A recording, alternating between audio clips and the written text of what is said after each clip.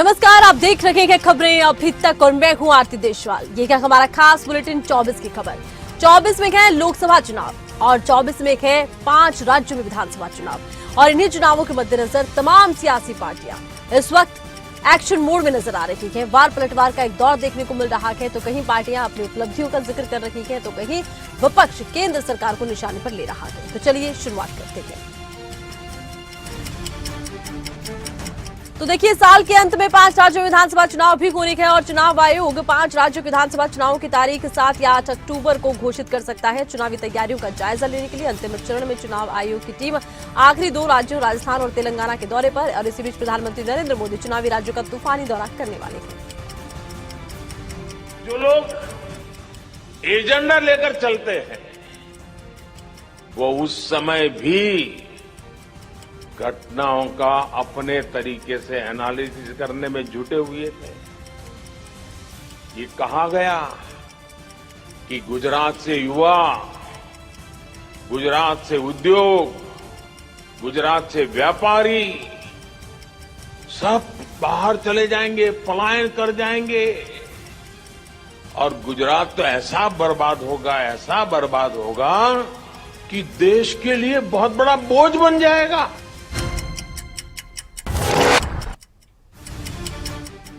केंद्रीय गृह मंत्री अमित शाह ने कहा है कि मैंने 2004 से 2014 तक भारत सरकार की सभी नीतियों का अध्ययन किया है और इस देश को पॉलिसी पैरालिसिस हो गया था, लेकिन पीएम मोदी ने कई नीतियां बनाई है। मेक इन इंडिया जिसका मजाक उड़ाया जाता था, लेकिन आज पूरे विश्व भर में उत्पादन के क्षेत्र में हम ड्रीम डेस्टिनेशन बने हुए हैं। एक स्टेज पर तो ऐसा लगता था कि इस देश में शायद ऐसा समय आ गया कि हमें लगता है कि कोई नई नीति की जरूरत ही नहीं। पॉलिसी के मामले में सात अर्थ में एक क्रिटिसिज्म नहीं था, सात अर्थ में स्थिति ऐसी थी कि इस देश को पॉलिसी पैरालिसिस हो गया और मोदी जी ने ढेर सारी पॉलिसीज बनाई।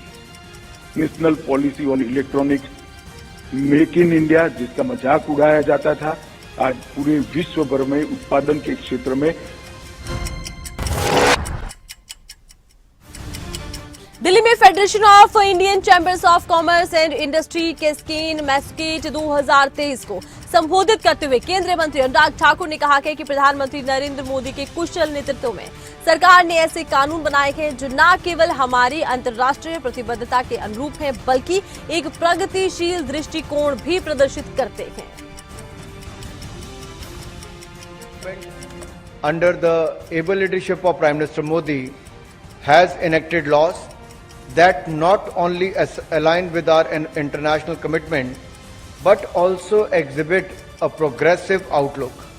However, given the intricate and alarming expansion of this illicit trade, it underscores the need of enhanced intergovernmental collaborations and public-private partnerships to formulate a comprehensive strategy.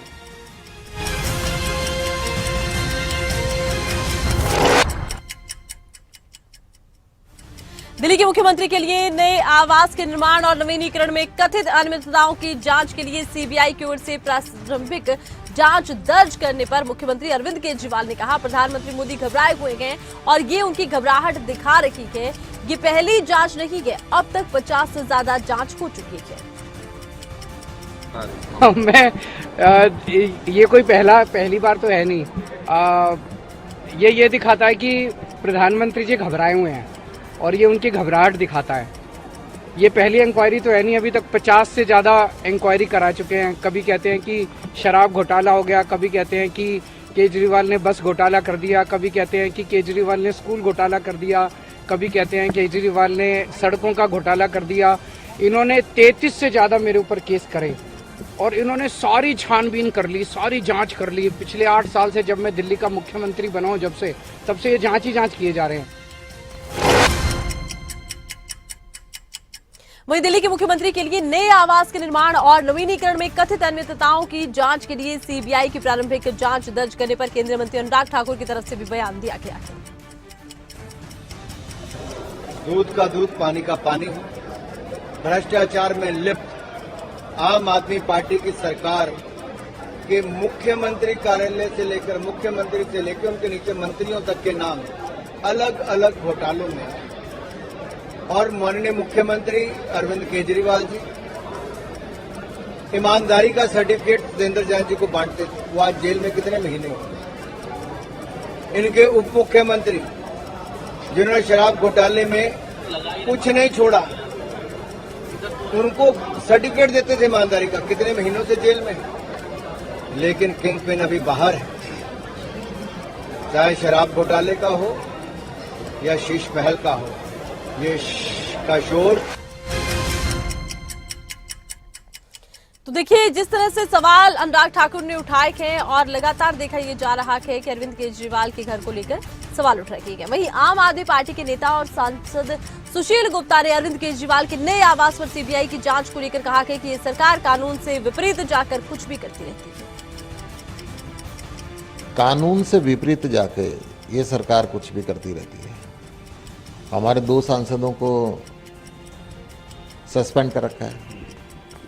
विधानसभा, लोकसभा का कानून, राज्यसभा का कानून ये कहता है कि एक सत्र से ऊपर किसी को सस्पेंड नहीं कर सकते। ये बात देश के सर्वोच्च न्यायालय भी कहता है, देश का संविधान भी कहता है, परंतु उनको माना कहाँ। एक सत्र के बाद लगातार दूसरे सत्र में उनकी सस्पेंशन जारी है, जो कानून के विपरीत है। ऐसे ही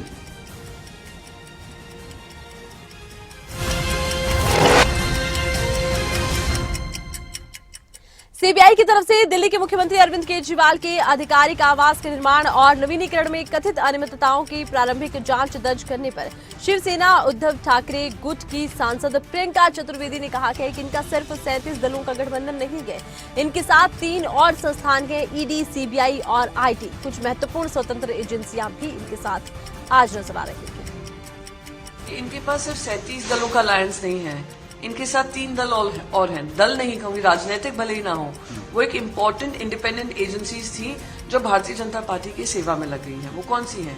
ईडी है, सीबीआई है, आईटी है। तो यही हो गया है।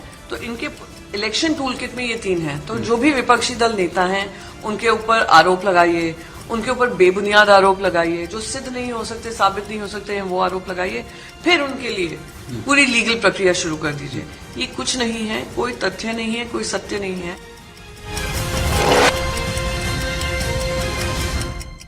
कांग्रेस विधायक सुखपाल खैरा की गिरफ्तारी को लेकर दिल्ली के सीएम अरविंद केजरीवाल ने कहा है कि मेरे पास इसकी डिटेल नहीं है। नशे के खिलाफ हमने जंग छेड़ी है, जिससे कोई भी व्यक्ति नहीं बच सकता। मैंने सुना था कि नशे की वजह से किसी पर्टिकुलर नेता या किसी पर्टिकुलर व्यक्ति को पंजाब पुलिस ने गिरफ्तार किया था। मेरे पास डिटेल्स नहीं है। डिटेल्स के लिए आपको पंजाब पुलिस से बात करनी पड़ेगी। They can only provide you the details of the case, why he was arrested etcetera. But the government in Punjab, Bhagwant Mann government is committed, Aam Aadmi Party government is committed to जो नशा है, नशे को ख़त्म करने के लिए हम बिल्कुल कमिटेड है, क्योंकि नशे ने हमारे युवाओं को, पूरी एक पीढ़ी को बर्बाद कर दिया है। जिस स्केल के ऊपर नशा आप इमेजिन भी नहीं कर सकते। तो उसके खिलाफ एक जो जंग छिड़ी हुई है, उस जंग में फिर कोई कितना भी बड़ा आदमी हो, कितना भी छोटा आदमी हो, उसे फिर। झज्जर में पूर्व मंत्री गीता भुक्कल ने सांसद अरविंद शर्मा के बयान पर चुटकी लेते हुए कहा है कि सांसद कितने दिल कमल के साथ रखेंगे, इसका कुछ नहीं पता। दरअसल सांसद शर्मा ने हर घर मोदी, हर घर बीजेपी होने की बात कही थी। वहीं इस दौरान गीता भुक्कल ने हरियाणा सरकार पर निशाना भी साधा। बीजेपी के सांसद कमल के साथ रहेंगे ये तो पता नहीं, लेकिन देखिए लोकसभा के चुनाव आने वाले हैं, विधानसभा के चुनाव भी 2024 में आने वाले हैं।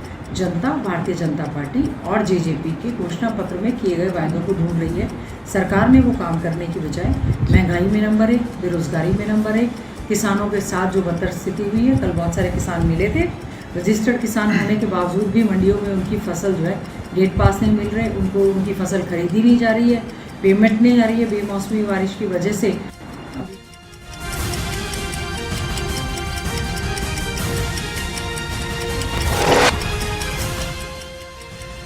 झज्जर में पूर्व मंत्री गीता भुक्कल ने हरियाणा सरकार के जनसंवाद कार्यक्रम को लेकर कटाक्ष करते हुए कहा कि सीएम मनोहर लाल जनसंवाद में महिलाओं का अपमान कर रहे हैं। सांसद अरविंद शर्मा के क्षेत्र में जनसंवाद कार्यक्रम को लेकर भी सवाल उठाते हुए कहा, हरियाणा में महंगाई, बेरोजगारी, किसानों और कर्मचारियों की अनदेखी बरकरार है। देखिए, मुख्यमंत्री जी जनसंवाद करने निकले और उसमें जनता का और विशेष तौर से महिलाओं का बहुत ज़्यादा अपमान करने का उन्होंने काम किया है। कोई भी ऐसी घोषणाएं क्षेत्र में नहीं हुई हैं जिसका कि अमली जामा वो पहना रहे हों।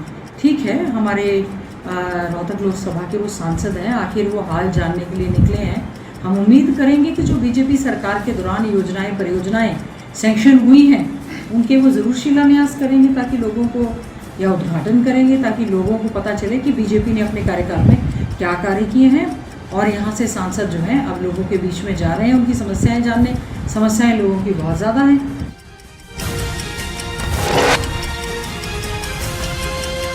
दिल्ली के मुख्यमंत्री अरविंद केजरीवाल ने कहा कि आम आदमी पार्टी इंडिया गठबंधन के प्रति समर्पित है। आम आदमी पार्टी किसी भी हालत में इंडिया गठबंधन से अलग नहीं होने वाली है। तो इंडिया गठबंधन को लेकर, अलायंस को लेकर ये बड़ी बात कही गई है, क्योंकि लगातार देखिए कहा यह जा रहा है अलायंस को लेकर कि अलायंस बहुत ज्यादा लंबे समय तक नहीं रहेगा, क्योंकि तमाम पार्टियों का हित अलग अलग है, तमाम पार्टियों की विचारधारा अलग है। लेकिन इंडिया गठबंधन को लेकर ये बड़ा बयान अब अरविंद केजरीवाल का सामने आया है। उन्होंने कहा है कि इंडिया गठबंधन में आम आदमी पार्टी शामिल हुई है और गठबंधन के प्रति पूरी तरह से आम आदमी पार्टी समर्पित पार्टी है। आम आदमी पार्टी किसी भी हालत में इंडिया गठबंधन से अलग नहीं होने वाली है। पहली चीज तो मैं ये क्लियर कर दूं कि आम आदमी पार्टी इंडिया अलायंस के प्रति कमिटेड है और आम आदमी पार्टी बिल्कुल किसी भी हालत में इंडिया अलायंस से अलग नहीं होगा और अलायंस के धर्म को निभाने के लिए हम पूरी तरह से कटिबद्ध। शिक्षा मंत्री कंवरपाल गुर्जर के बयान पर आप प्रदेश उपाध्यक्ष चित्रा सरवारा ने पलटवार किया। उन्होंने शिक्षा मंत्री कंवरपाल गुर्जर का निमंत्रण स्वीकार करते हुए कहा कि हरियाणा के सरकारी स्कूल दिखाने का निमंत्रण हमें स्वीकार है। उम्मीद है आप निमंत्रण देने के बाद पीछे नहीं हटेंगे। हमें उम्मीद है कि आपने स्कूलों का सबसे अच्छा विकास अपने गृह क्षेत्र में किया होगा। क्यों ना हम आपकी विधानसभा जगाधरी के सरकारी स्कूलों का दौरा करें। सरकार से और खासतौर पे हरियाणा के स्कूल के शिक्षा मंत्री श्री कंवरपाल गुर्जर जी से कुछ सवाल करे थे कि 10 साल में आपके अपने कार्यकाल में आपने क्या किया है, कौन सी डेवलपमेंट करी है और कोई एक स्कूल आप हमें दिखा दीजिए जिस पे आपको गर्व हो, जिसे आप कह सके ये हमारी उपलब्धि है, यहाँ के रिजल्ट्स देखिए। हमने इस चैलेंज के साथ साथ उन्हें एक न्योता भी दिया था कि आप एक बार दिल्ली आकर हमारे स्कूल भी देखिए। तो कंवरपाल गुर्जर जी ने हमारा चैलेंज तो एक्सेप्ट कर लिया है। उन्होंने कहा है कि हम आकर उनके यहाँ कोई भी स्कूल देख सकते। तमिलनाडु के साथ कावेरी नदी के जल बंटवारे के विरोध में कर्नाटक बंद किया गया। कन्नड़ और किसान संगठनों के प्रमुख कन्नड़ ओक्कुटा संघ ने सुबह 6 बजे से शाम 6 बजे तक 12 घंटे का बंद बुलाया। विपक्षी भाजपा, जनता दल, सेक्युलर और कन्नड़ फिल्म जगत की हस्तियों ने भी इस बंद के समर्थन में राज्य के विभिन्न जिलों में प्रदर्शन किया। कर्नाटक पुलिस ने 50 से ज्यादा प्रदर्शनकारियों को हिरासत में लिया। कावेरी जल मुद्दे पर कर्नाटक के उप मुख्यमंत्री डीके शिव कुमार की तरफ से बयान भी दिया गया। Karnataka bus is totally peaceful. Already we are seeing that no SR should happen. Nothing episode is going on. All the people are cooperating. They are given full protection to everyone. They requested the institutions, national organizations not to call for a band since there is no. Shiv Sena Uddhav Thackeray गुट के सांसद संजय राउत ने कहा है कि अंतर्राष्ट्रीय मंच पर ओम बिरला के नेतृत्व में घाना में लोकतंत्र को मजबूत करने के लिए जो प्रतिनिधिमंडल जा रहा है उसमें महाराष्ट्र विधानसभा के अध्यक्ष हैं। यहाँ लोकशाही की दशा है, लोकशाही की हत्या कर दी गई है। 1 साल से पूरी तरह से संविधान, कानून और सर्वोच्च न्यायालय के खिलाफ जाकर सरकार चल रही है। घाना में अंतर्राष्ट्रीय मंच पर हमारे लोकतंत्र को मजबूत करने के लिए ओम बिरला जी के नेतृत्व में जो डेलीगेशन जा रहे हैं उसमें हमारे महाराष्ट्र के विधानसभा के अध्यक्ष। यहाँ हमारे महाराष्ट्र में लोकशाही की क्या दशा आप देख लीजिए। संविधान लोकशाही मर्डर कर दिया ये लोगों ने, और वहां जाकर प्रवचन छोड़ेंगे घाना में।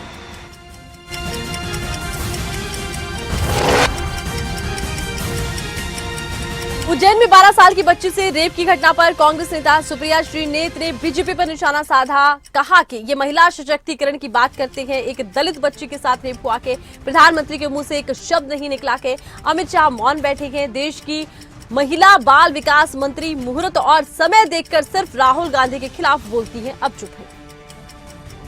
करते हैं महिला सशक्तिकरण की। एक दलित बच्ची के साथ दुष्कर्म हुआ, उसकी लीपापोती करने की कोशिश करी गई, उसको यूपी का बताने की कोशिश करी गई, उसको भिखारी और विक्षिप बताने की कोशिश की गई। देश के प्रधानमंत्री के मुंह से एक शब्द नहीं निकला। बड़ा वंदन अपना करा रहे थे महिला आरक्षण बिल पास कराकर। देश के गृह मंत्री मौन है, एक महिला बाल विकास मंत्री है इस देश में, वो मुहूर्त और समय देखकर बोलती हैं सिर्फ और सिर्फ राहुल गांधी जी के खिलाफ, चुप है।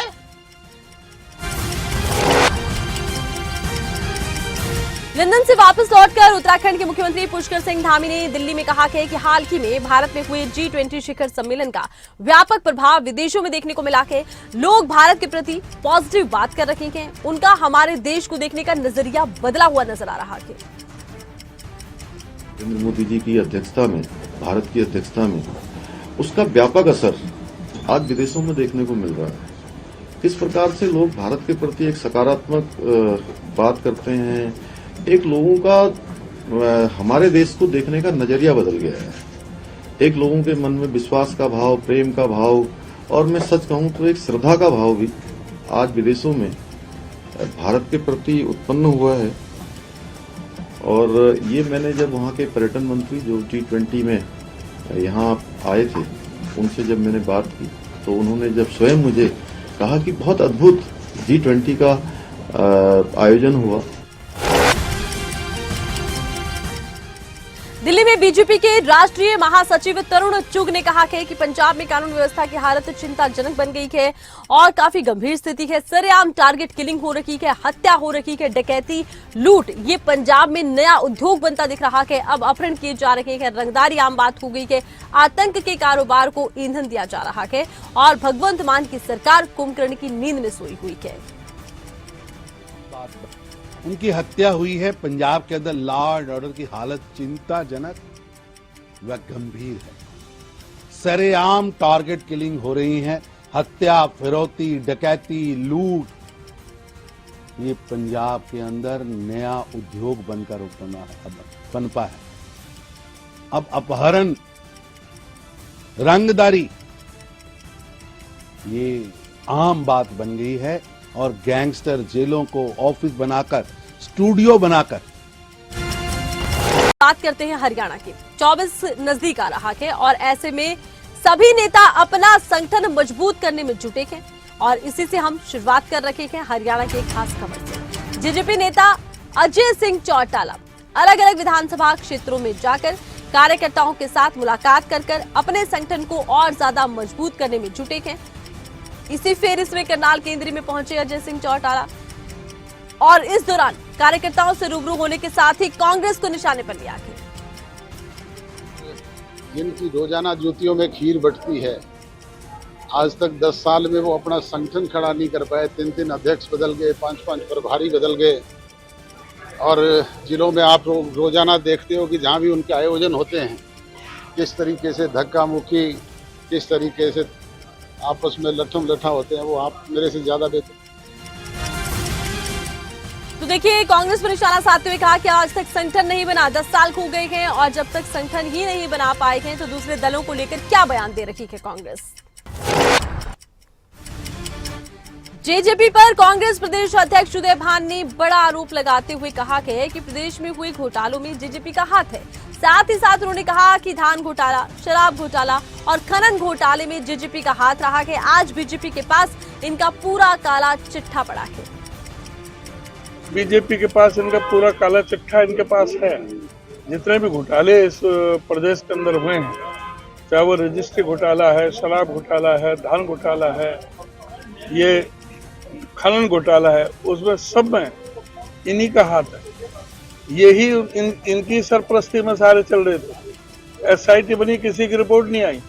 वो फिल्म देखिए आज का MLA रामता, उस तरह से इनकी जो फाइल रखी हुई है, इनकी हिम्मत नहीं है कि ये BJP के खिलाफ अब कोई शब्द बोल जाए। जो सुखपाल खैरा की जो गिरफ्तारी है उसको कैसे देखते हैं? जो शिकायत हुई थी प्रभारियों की, जो यहाँ पर ऑब्जर्वर आए थे, उस मामले में क्या हुआ? नहीं, जो चीज है वो सारा हरियाणा में कांग्रेस के संगठन को लेकर एक हफ्ते में बनने की चर्चाएं जोरों पर हैं और हरियाणा कांग्रेस अध्यक्ष उदय भान ने अपने संगठन को लेकर कहा है कि एक हफ्ते में हम संगठन को तैयार कर सकते हैं। इसको लेकर तैयारियां काफी दिन से चल रही हैं। संगठन कब तक सबके सामने होगा ये देखना होगा। फिलहाल समय तक सामने नहीं आया कि कब तक संगठन बनता है। खुद भी संगठन का देखिए 3 प्रभारी बदल गए 1 साल में। जब भी संगठन बनने को होता है तभी प्रभारी बदल जाते हैं, तो प्रभारी बदलने से उसमें संगठन में देरी हुई। अब जो मौजूदा प्रभारी हैं उसने बहुत गंभीरता से इस संगठन को लिया है। उसने पहले खुद भी सभी लोकसभा क्षेत्रों के लोगों से चर्चा की है, उसके बाद AICC की टीम भेजी है। वो सारी जो ना उनके पास रिपोर्ट आ रही है, वो सब पर मंथन चल रहा है और उम्मीद है कि बहुत जल्दी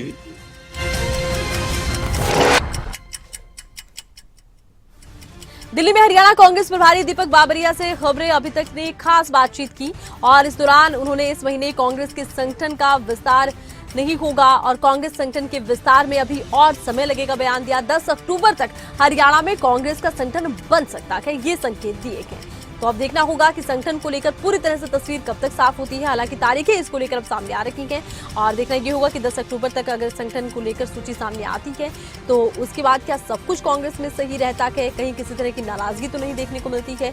ये बड़ा सवाल संगठन बनाने को लेकर उठ रहा है।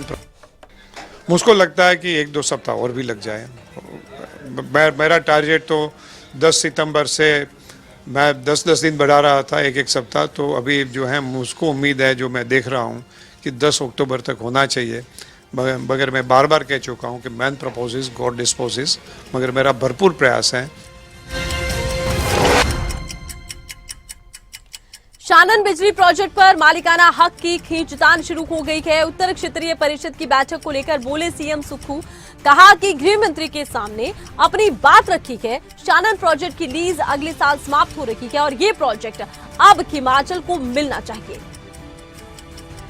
देखिए, 2-3 चीजों को लेकर बातचीत हुई है। शानन प्रोजेक्ट की लीज जो है मार्च 2024 में पूरी होने वाली है और स्टेट्स की रीजनल कॉन्फ्रेंस थी। तो मैंने कहा कि जब लीज पूरी हो रही है तो उस प्रोजेक्ट को हिमाचल प्रदेश को मिलना चाहिए और उस मामले में हमने गृह मंत्री के सामने भी बात रखी, पंजाब के मुख्यमंत्री जी के भी सामने बात रखी, सब मुख्यमंत्री और जो ऑफिसर्स थे उनके सामने हमने बात रखी। तो उसके बाद जो आगे फैसला लोक निर्माण मंत्री विक्रमादित्य सिंह ने शिमला जिले के रामपुर राज दरबार में जन समस्याओं को सुना। उन्होंने बताया कि प्राकृतिक आपदा की वजह से क्षेत्र में खासकर दूर दराज के इलाकों में काफी नुकसान हुआ है। सरकार इस दिशा में गंभीर है और वो स्वयं भी इन इलाकों का दौरा कर लोगों की समस्याओं को जानने का प्रयास कर रहे हैं, लोगों की समस्याएं सुन रहे हैं। हिलना उनके आदेशों की नहीं होनी चाहिए। इस विषय में भी हम मुख्यमंत्री जी से भी मैं बात करूंगा कि एक बारी अगर कोई ऑर्डर होता है उसको अगर इम्प्लीमेंट नहीं होता है तो some kind of disciplinary action should be taken against the erring officials. इस तरीके की जो है वो चीज़ें नहीं होनी चाहिए। इससे क्षेत्र की जनता का और ख़ास करके जो दूर दराज के हमारे लोग हैं उनको बहुत दिक्कतों का सामना जो है वो पेश आना पड़ता है। तो इस चीज़ को हम बिल्कुल ध्यान रखेंगे। मैं यहाँ की पूरी लिस्ट जो है वो लेकर वापस जब शिमला जाऊंगा, मैं अपने जितने भी इनके कंसर्न अधिकारी है सेक्रेटरी अपने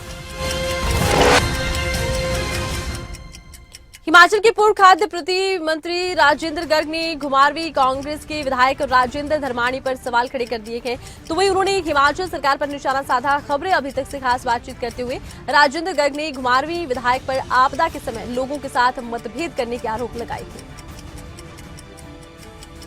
कांग्रेस ने चुनावों से पहले तो 10 गारंटियाँ दी थी, चाहे वो महिलाओं के लिए 1500 रुपये 18 साल से ऊपर की जो युवतियाँ हैं उनसे लेकर प्रतिमा देने की बात की या फिर OPS की बात थी, और चाहे वो दूध खरीदने की बात थी 100 रुपये और 90 रुपये किलो के हिसाब से, या गोबर खरीदने की बात थी, ऐसी अनेक प्रकार की 10 गारंटियाँ उन्होंने दी थी।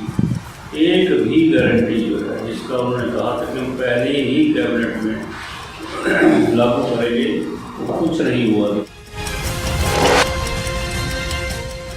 इसी के साथ ही 24 की खबर में बस इतना ही। आप देखते रहिए खबरें अभी तक। जय हिंद।